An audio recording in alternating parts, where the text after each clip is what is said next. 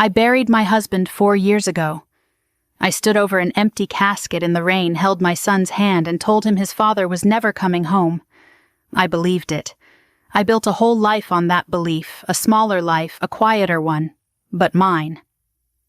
And then, on a Tuesday afternoon somewhere over Colorado, my 9-year-old son turned to me with a face gone the color of ash and whispered 4 words that split my world in half. "Mom, Dad's back there." I laughed it off. I told him it wasn't possible. Then I turned around and I saw the watch on that man's wrist, and I stopped breathing. The trip had been Ethan's idea, or maybe it had been mine, and I'd let him think it was his. Either way, it had taken me 4 years to agree to it, our first real vacation since Christian died, just the 2 of us, 5 days on the Gulf Coast. I'd booked a resort with a pool shaped like a starfish because Ethan had pointed at the picture and said, "That one," without hesitation, and something in me had cracked open with relief at seeing him want something again. We were at the gate when he first went quiet. I noticed it the way I noticed everything about him now, carefully, like checking a wound to see if it had reopened. He was staring past me over my shoulder at the boarding line behind us. "Ethan." He didn't answer. I followed his eyes and saw nothing but a crowd of ordinary people dragging ordinary suitcases, a woman on her phone, a man in a gray jacket with his back to us. "You okay, bug?" He nodded too fast, the kind of nod that isn't really an answer. I let it go. Kids get strange at airports. Too much stimulation, too many strangers, too much waiting.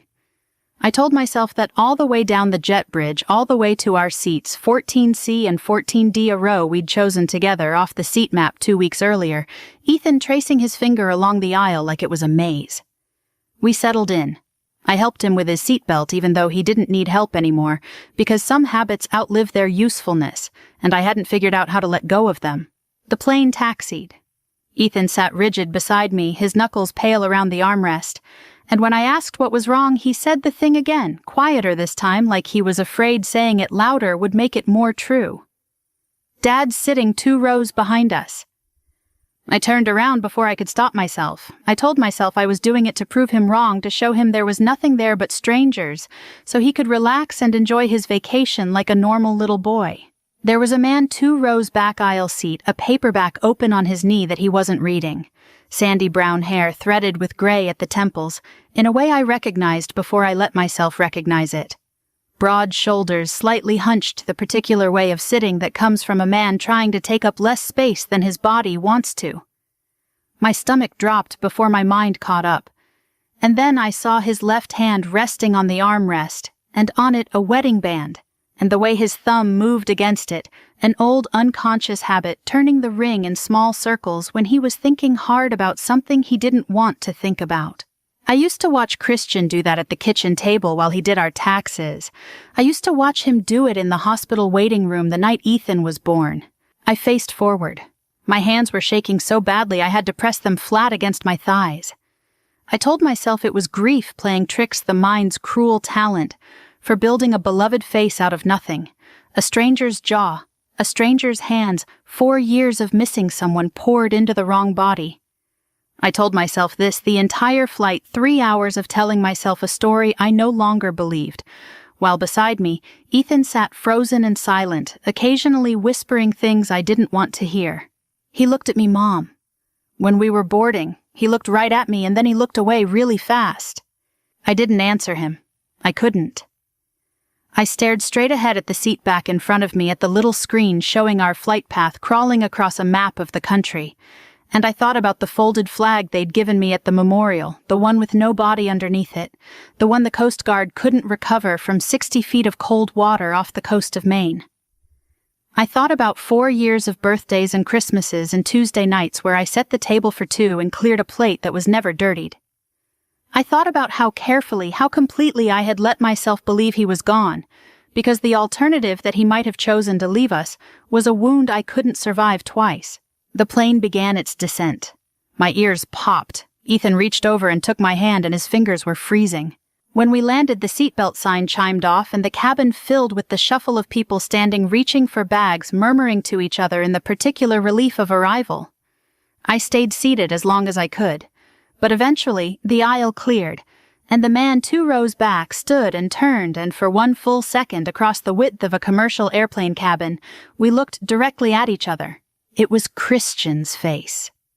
Older, thinner, weathered in ways 4 years, and a different life will do to a man. But it was his face, the face I had memorized in a hospital hallway, the face I had kissed goodbye 1,000 ordinary mornings, the face I had grieved until grief became simply who I was. My husband was alive, and he was standing 2 rows away looking at me like I was the ghost. I did not scream. I did not run toward him. Some instinct older than shock kept my body, still kept my face arranged into something that could pass for confusion, while every part of me that had spent 4 years learning how to survive without him screamed silently instead. Christian looked away first. He gathered a duffel bag from the overhead bin, said something low to a woman standing beside him. A woman I hadn't even registered until that moment, blonde, maybe mid-30s, wearing sunglasses pushed up into her hair, and walked up the aisle without looking back. Ethan gripped my hand so hard it hurt. That was him! Right, Mom! That was really him! I told my son the only true thing I had. I don't know yet, baby, but we're going to find out. We collected our bags in a fog. I moved through baggage claim on autopilot, scanning every face, every gray jacket, every set of shoulders that might belong to a dead man. I caught sight of him once more near the rental car counters, the blonde woman's hand tucked into his arm, both of them laughing at something easy and unhurried, like people with nowhere urgent to be and nothing to hide. The ordinariness of it was almost worse than the shock. My husband had died so easily, so believably, that I had built a funeral, a headstone, a version of my life around his absence. And here he was, laughing in an airport 4 years later, tanned and alive, and touching another woman's hand like it belonged there. I did not confront him. Every instinct told me to. But something colder and more practical rose up beneath the panic, the same instinct maybe that had gotten me through his memorial without collapsing through the insurance paperwork through the year afterward when I had to relearn how to fill a silence. I needed information before I needed answers. So instead of running toward him, I followed him quietly at a distance, Ethan's hand locked in mine. They loaded into a resort shuttle. I checked the logo stitched onto the driver's polo shirt against the confirmation email still open on my phone. It was the same resort, the exact same one I had booked 8 weeks earlier on a whim, because my son had pointed at a starfish-shaped pool. That couldn't be a coincidence, and even in my daze, I knew it. Coincidences that large don't happen by accident.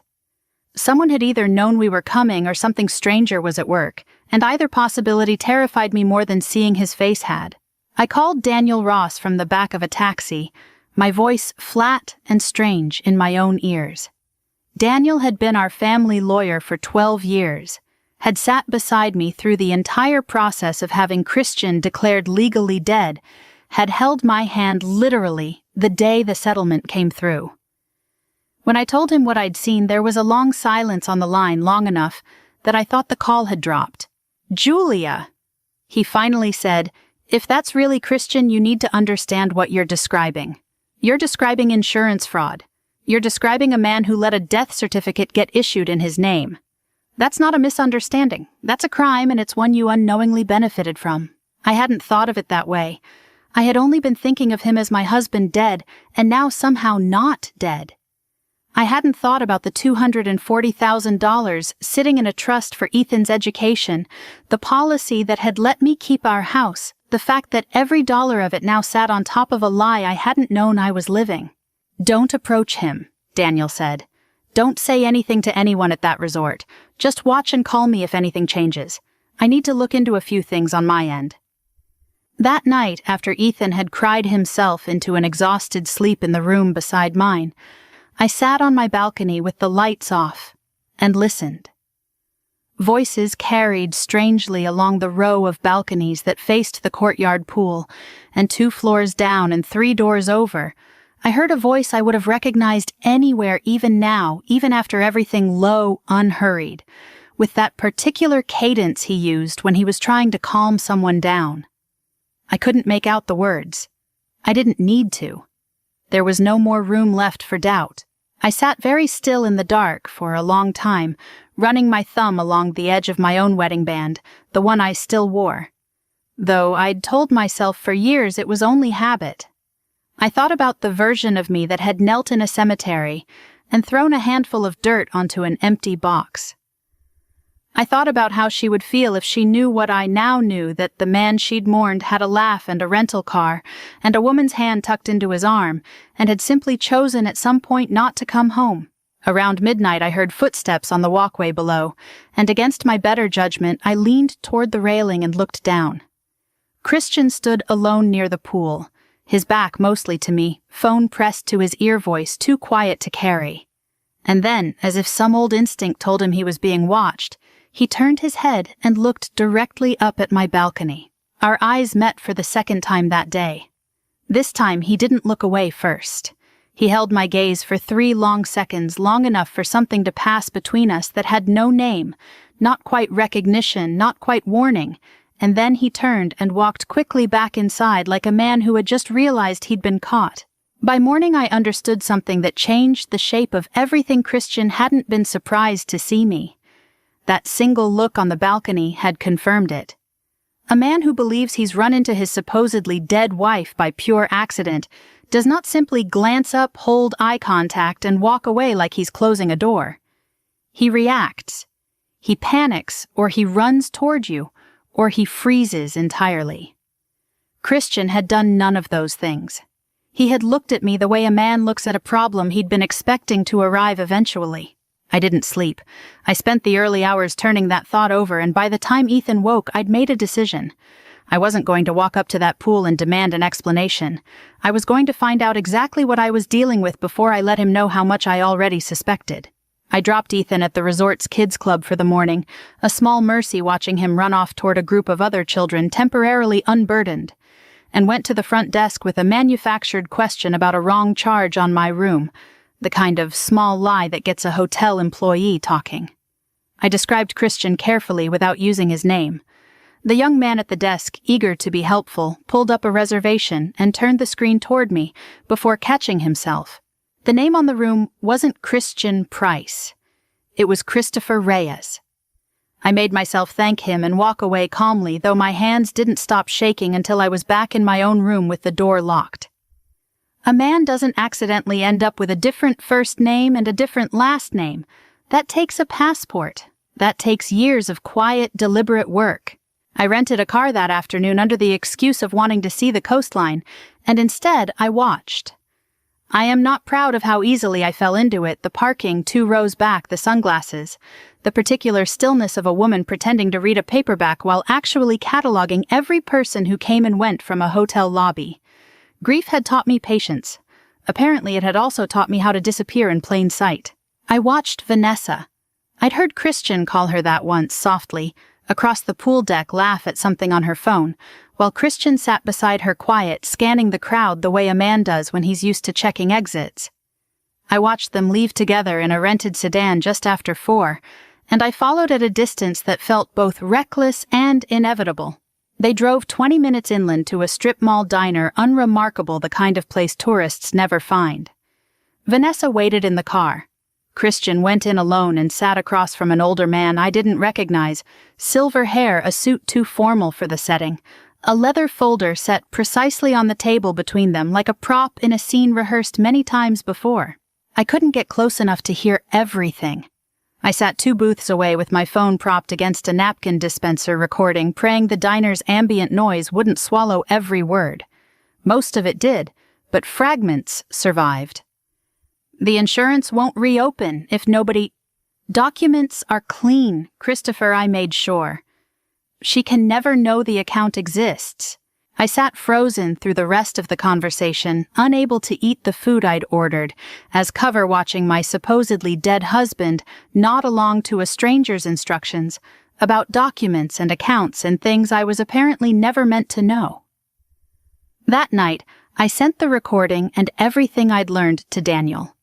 He called back within the hour, and his voice had lost its careful, lawyerly calm. Julia, I pulled everything I could on Christopher Reyes.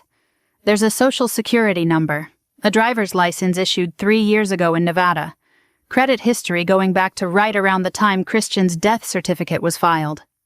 He paused. I also pulled Christian Price's death certificate again just to be sure. It's still on file. Still valid. As far as the state of Maine is concerned, your husband has been dead for 4 years. So, which one is real? That's what worries me, Daniel said. Because as far as I can tell, they both are. 2 identities, 2 full documented lives, same face.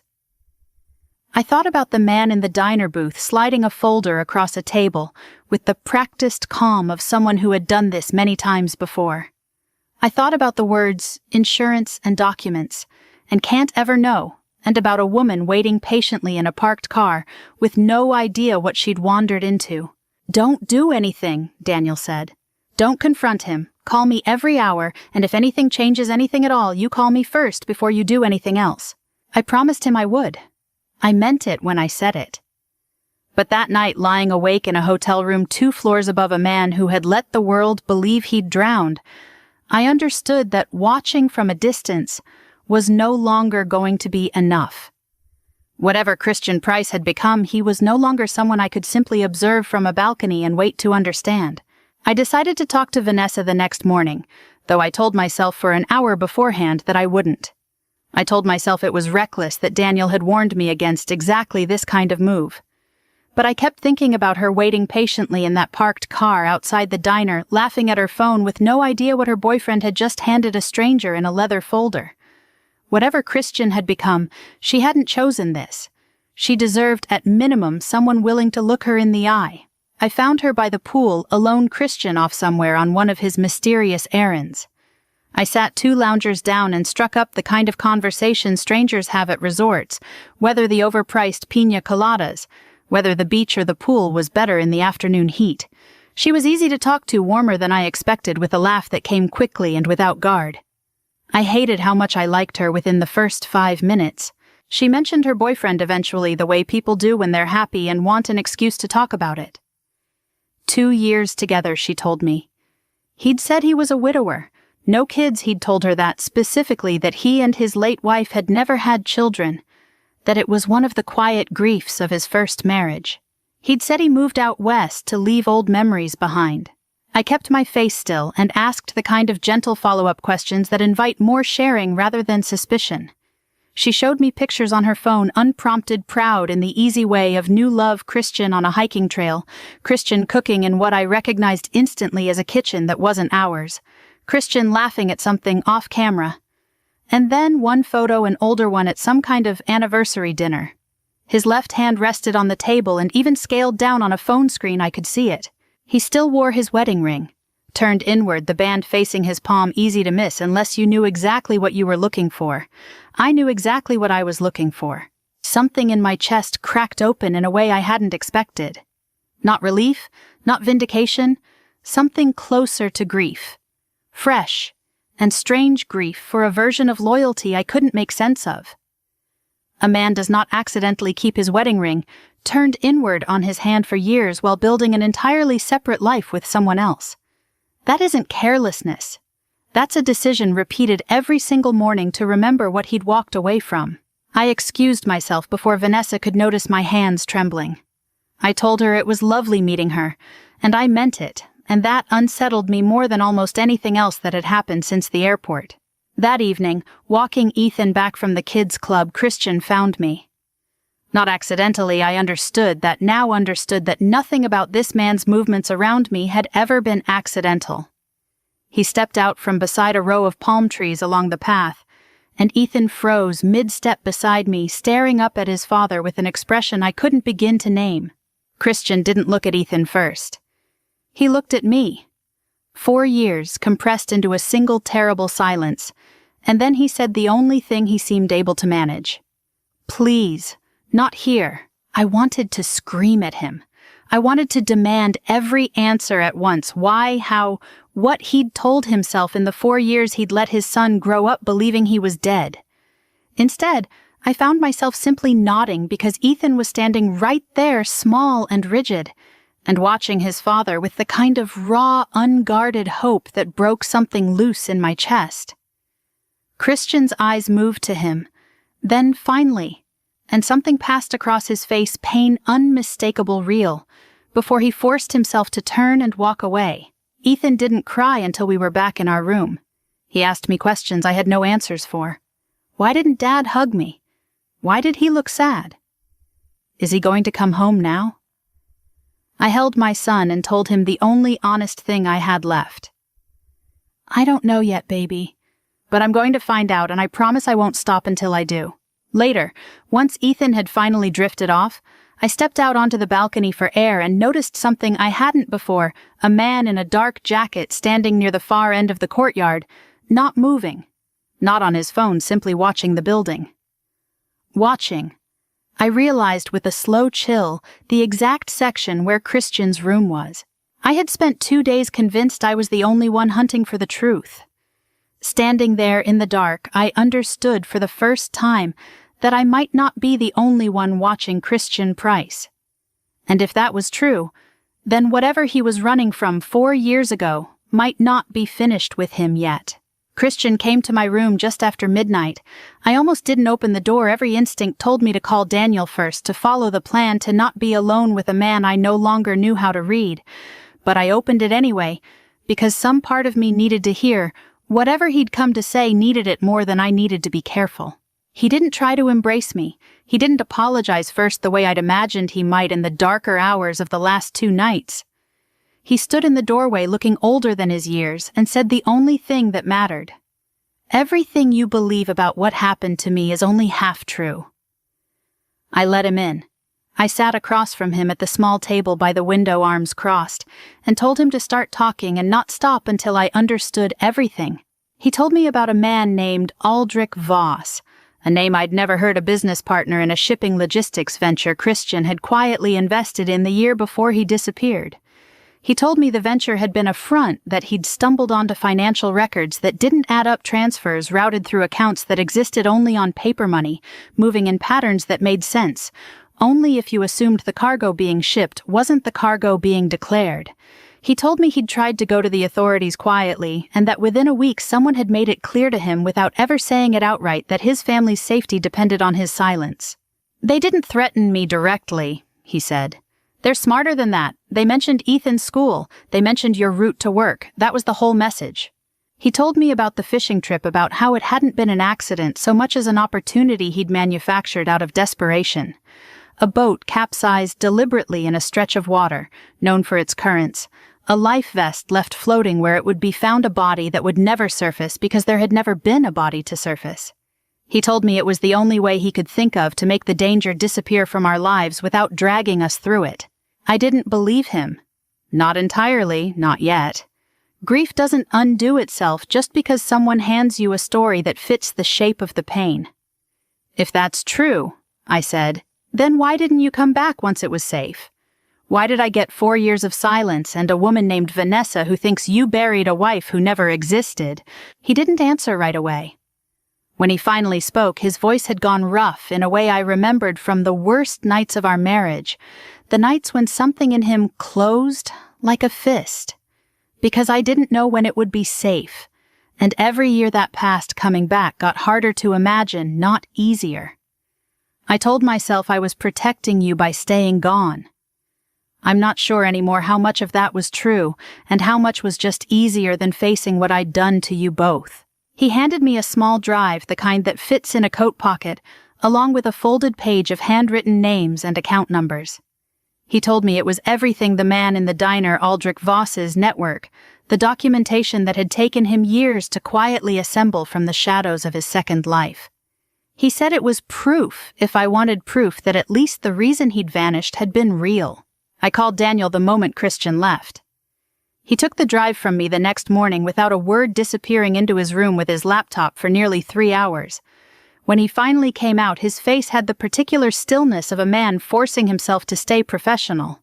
It's real, Julia. The accounts, the names, the transfer patterns, it all checks out against public shipping and customs records. Whatever this operation was, it was real, and it was serious enough that federal agencies would have wanted a piece of it. I should have felt relief. Instead, I felt something colder settle into my chest, because the facts explained why he vanished. They didn't explain why he'd let his son learn to walk, lose his first tooth, learn to read and grow, into the boy standing frozen on a resort pathway last night, all without a single word from the father who'd apparently been watching from a careful distance the entire time. I asked Christian that question directly later that same day, and he had no answer that satisfied either of us. He simply said he was sorry in the flat, exhausted voice of a man who had run out of better words to offer. That evening, standing at the window of my room, I watched a black sedan pull into the resort's front drive official in a way that made my stomach tighten, before I even saw the man who stepped out of it, broad-shouldered, gray-suited, moving with the unhurried confidence of someone whose presence didn't require explanation. He walked directly to the front desk and showed the clerk something I couldn't see from this distance, but I recognized the gesture. A badge, or the private sector equivalent of one. Daniel's voice came back to me suddenly from days earlier, a warning I hadn't fully understood until now. If that's Christian, everything about his death becomes a crime. Someone besides us had finally noticed that a dead man was still very much alive. The man from the black sedan introduced himself the next morning at my door as Marcus Hale, an investigator with the insurance carrier that had paid out Christian's death benefit 4 years earlier. He was courteous in the careful, practiced way of someone who had delivered difficult news to 100 people before me, and he made no attempt to soften why he was there. A routine data match, he explained, had flagged a passport re-entry under the name Christopher Reyes with biometric markers close enough to Christian Price's old driver's license photo to warrant a look. My name being listed on the original claim had led him straight to my door. I didn't lie to him. I was too tired to lie to anyone anymore. I told him what I knew, though. I left out the drive Christian had given me the names, the details of Aldrich Voss. That information belonged to Daniel until we understood exactly what we were protecting, and from whom. Marcus listened without much reaction, took notes in a small leather notebook, and told me the insurance company would be opening a fraud investigation regardless of any other circumstances. He was polite about it. It didn't make the words land any softer. I confronted Christian that afternoon, and for the first time since the airport, I asked him the question I'd been most afraid to ask. Had he touched the money? $240,000 sitting in an account meant for Ethan's future, built on the lie of his death. He looked almost offended that I'd have to ask. He told me he hadn't spent a cent of it, hadn't gone near it, had specifically structured his disappearance so that account would remain untouched. A strange, twisted act of integrity buried inside an enormous betrayal. Daniel confirmed it within the hour. Every dollar was exactly where it had been left, gathering interest unclaimed by the man who could have taken it, and vanished somewhere far more comfortable than a strip mall diner meeting with a man in an ill-fitting suit. Then why? I asked him, sitting across from him on a bench near the resort's empty tennis courts, the ocean loud and indifferent behind us. Why not come back the moment you knew we were safe? You're telling me you watched us. You knew where Ethan went to school. You knew when I changed jobs. That's not a man in hiding from danger. That's a man who chose to stay away. He was quiet for a long time before he answered, and when he did, his voice had none of the practiced calm from our earlier conversations. It cracked in places the way it hadn't in years, not since the early days of our marriage when he still let himself be seen struggling. Because every year I stayed away, I told myself you were better off. That you'd built something without me that I'd only ruin by walking back into it. And the longer I told myself that story, the more true it started to feel, even though I think some part of me always knew it was just the easiest way to keep hiding from what I'd actually done to you both. I didn't cry out of anger, not in that moment. I cried unexpectedly because I finally understood something about the man in front of me that no amount of investigation could have shown me. Whatever protection he thought he was offering us, he had also been serving a sentence of his own making, 4 years of watching from outside a life he wasn't allowed to enter. 4 years of knowing his son's school and his wife's new job, and never once being able to walk through the front door and simply be there. He hadn't escaped anything. He had built himself a different kind of prison, and moved into it willingly and called it love. It didn't excuse him. I want to be clear about that even now. Grief and forgiveness are not the same current, and I wasn't ready to let one carry me toward the other. But something in me softened toward the shape of his suffering, even while the rest of me stayed furious at the years he'd stolen from Ethan.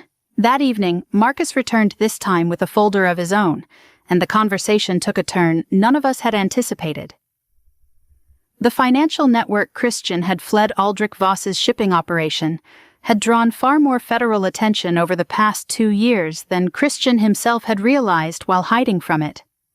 Marcus told us investigators had already built most of a case, using channels entirely separate from Christian's information.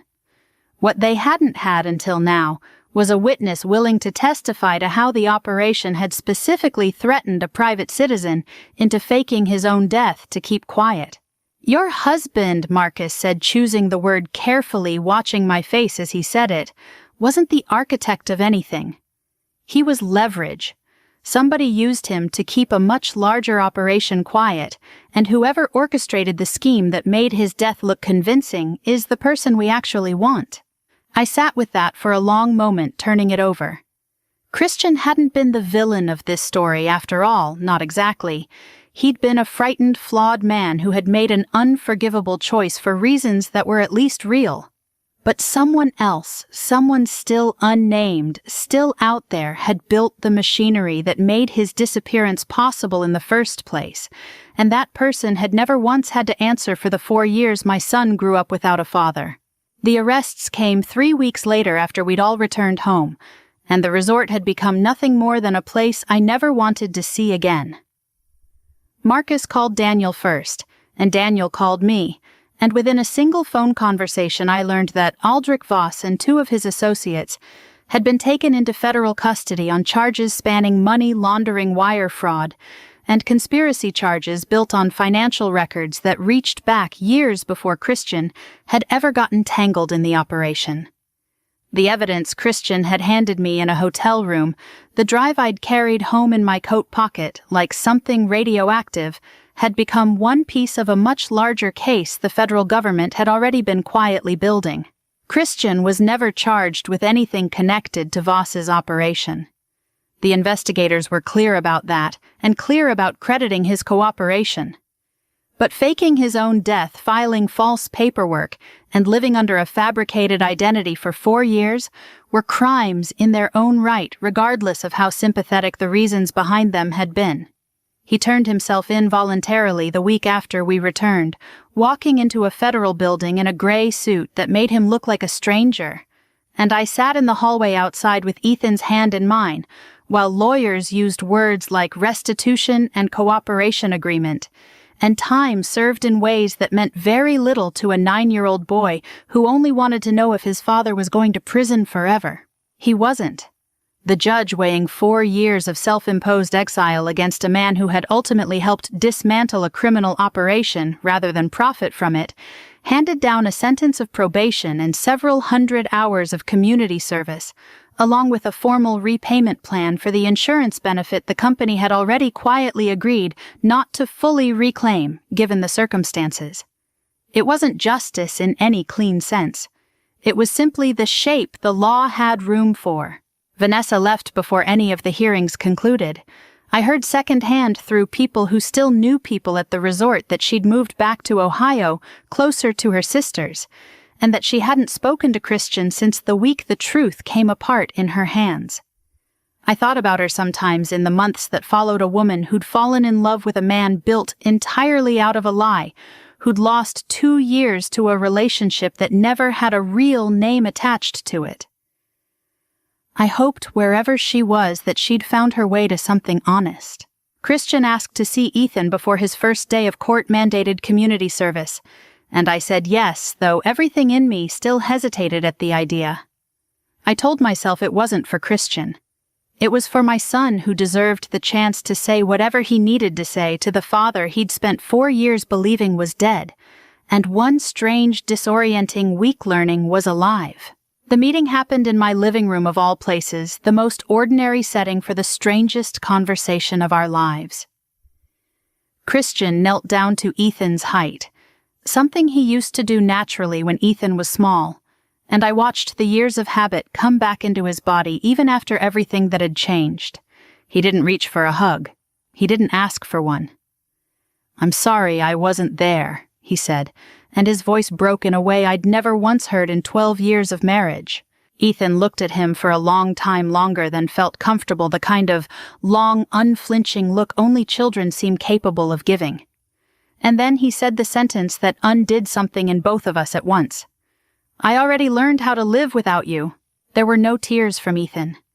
There was only a kind of calm, steady honesty that told me my son had grown into someone stronger and more clear-eyed than either of his parents had managed to be. Christian cried openly, kneeling on our living room floor, and I stood in the doorway and let him because it wasn't my place to soften that moment for him. He had earned every bit of it. We didn't get back together. I want to say that plainly because I think it matters, and because I think it's the ending our story actually deserved, rather than the one a simpler story might have handed us. Christian moved into a small apartment across town, close enough to make his community service and his visits with Ethan manageable far enough that our lives no longer overlapped by accident. We became something neither of us had a good word for, not strangers, not a couple, just two people bound permanently by a boy who loved us both and by a truth we'd both had to learn to carry differently. Some evenings, watching Ethan set the table for the three of us on the nights Christian came for dinner, I think about the woman I was on that airplane, certain she was losing her mind, certain that grief had finally broken something essential in her. I think about how much simpler it would have been if he really had drowned that day on the water, if the story really had ended the way I'd buried it 4 years earlier. But simple was never actually true, and I've stopped wishing for the version of this that would have been easier to explain at dinner parties. 4 years ago, I buried the man I loved because I believed he was dead. This time, I buried the life we could never have again, not with grief, but with something closer to peace. Christian survived the water. Our marriage didn't. And somehow accepting that hurt less than living inside a lie ever did. I want to know what you think this family's next chapter looks like. Leave a comment below and tell me where you're watching from tonight. I read every single one. We've got so many more stories like this one waiting for you, so make sure you subscribe and turn on notifications so you never miss a moment like this.